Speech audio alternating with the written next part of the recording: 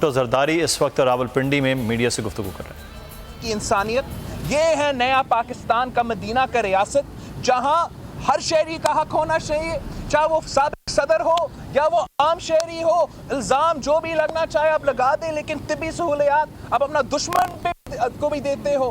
آپ نے دیکھا کہ کس طریقے سے جب انڈین کا پائلٹ گرتا ہے یہاں ان کو تو طبی سہولیات بھی دی جاتی ہے، ان کا صحت بھی خیال رکھا جاتا ہے، اور 2-3 دن کے اندر ہی اندر کوئی ٹرائل کوئی FIR کاٹنے کے بجائے ان کو گھر بھیجا جاتا ہے۔ جب آپ کا اپنا جمہوری منتخب صدر جس کے خلاف اپنے آج تک اتنے الزامات ڈالنے کے باوجود آج تک کنوکٹ نہیں کر سکے، اب آپ کیا کوشش کر رہے ہیں؟ ان کا صحت کو استعمال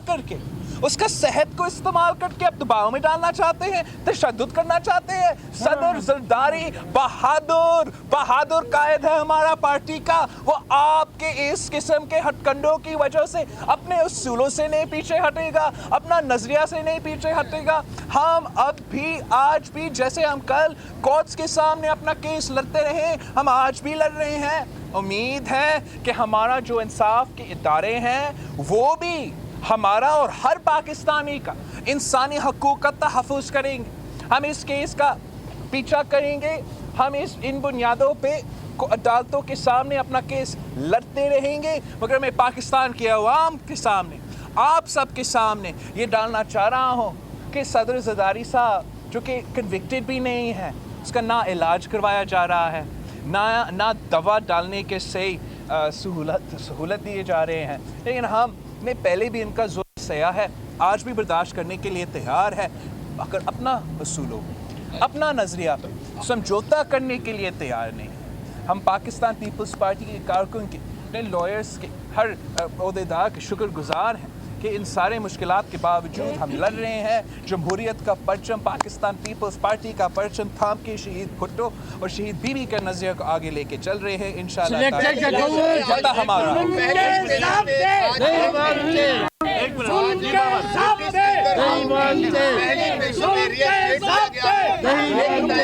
دوسرا، آپ کی اپوزیشن رہنماؤں سے ملاقات ہو رہی ہے، آپ ان کو اعتماد میں لے رہے ہیں یا اپوزیشن ارکان آپ کو اعتماد دے رہے ہیں مولانا فضل الرحمان کے دھرنے کے بعد؟ جہاں تک ہمارا ڈپٹی اسپیکر صاحب کا فیصلہ ہے، ہم سپریم کورٹ کی طرف سے آیا ہوا فیصلہ سب کے سامنے ہے، اور ہمارا سلیکٹڈ اسپیکر ڈی سلیکٹ ہوا تھا اور اب ری سلیکٹ ہوا ہے، تو ایسا بھی نظام اس ملک میں چلتا ہے۔ دیکھتے ہیں کہ آخری فیصلہ عدالت کی طرف کیا ہوتا ہے۔ ہم جانتے ہیں کہ جب یہ بیگز کھلتے ہیں تو ایک بھی سلیکٹڈ نہیں رہے گا۔ یہ خان کا بھی مطالبہ تھا کہ بیگز کھولیں۔ 1 سال گزرا ہے، کمیٹی بنایا گیا ہے، اس کمیٹی نے ایک میٹنگ بلایا نہیں ہے۔ کس چیز سے ڈرتے ہیں؟ الیکشن سے کیوں ڈرتے ہیں؟ اگر دھاندلی نہیں ہوئی تو پھر سے الیکشن لڑ کے واپس آئے، جیسے ایاز صادق، آپ کو یاد ہوگا ایاز صادق بھی اسپیکر تھا، PTI کی پٹیشن پہ ایاز صادق کو عہدہ سے ہٹایا گیا، لیکن ایاز صادق نے لاہور کے عوام کے سامنے جا کے عوام کا مینڈیٹ لے کے واپس آیا۔ سلیکٹڈ لوگ الیکشن سے ڈرتے ہیں، تو اب تھوڑے دیر کے لیے ہمارا ڈیپٹی اسپیکر کو کچھ ریلیف ملا ہے اعلیٰ عدلیہ سے۔ امید ہے جب یہ کیس کورٹ کے سامنے آئے گا تو کو نظر آئے گا کہ سلیکٹڈ ساتھ اپنا جو اپوزیشن سیاسی جماعتوں ہیں، میں نے JUIF سے، مسلم لیگ نواز سے اور ANP سے اب تک ملا ہوں، دوسری جماعتوں سے بھی ہمارا رابطہ ہے، ان سے بھی میں ملوں گا، اور اپنا پارٹی کا اپنا مشاورتی ادواس بھی ہم نے بلایا ہے، اور پاکستان پیپلز پارٹی کا واضح موقف، کنسسٹنٹ موقف پہلے دن سے آ رہا ہے۔ میرا موقف APC پہ وہی تھا، میرا موقف آپ سب کے سامنے وہی تھا، میرا موقف پہلے بھی وہی تھا۔ ہم آج بھی جمہوریت چاہتے ہیں، ہم آج بھی پاکستان پیپلز پارٹی مطالبہ کرتی ہے کہ جمہوریت کو بحال کرو، آزادی صحافت کو بحال کرو، ہمارا عدلیہ پہ جو دباؤ چل رہا ہے، جو کنٹرول کے لیے چلا رہے ہیں، ان کو بھی آزادی دلوا دیں، ہمارے عوام کو معاشی انصاف دلوا دیں۔ یہ پاکستان پیپلز پارٹی کا منشور ہے، ہم اس کے لیے زرداری صاحب کی جو طبیعت ہے وہ اب کیسی ہے، اور ساتھ یہ بتائیے گا کہ کیا ان کے لیے درخواست ضمانت کے لیے درخواست اب دائر کریں گے؟ نمبر کیا، اور دسمبر میں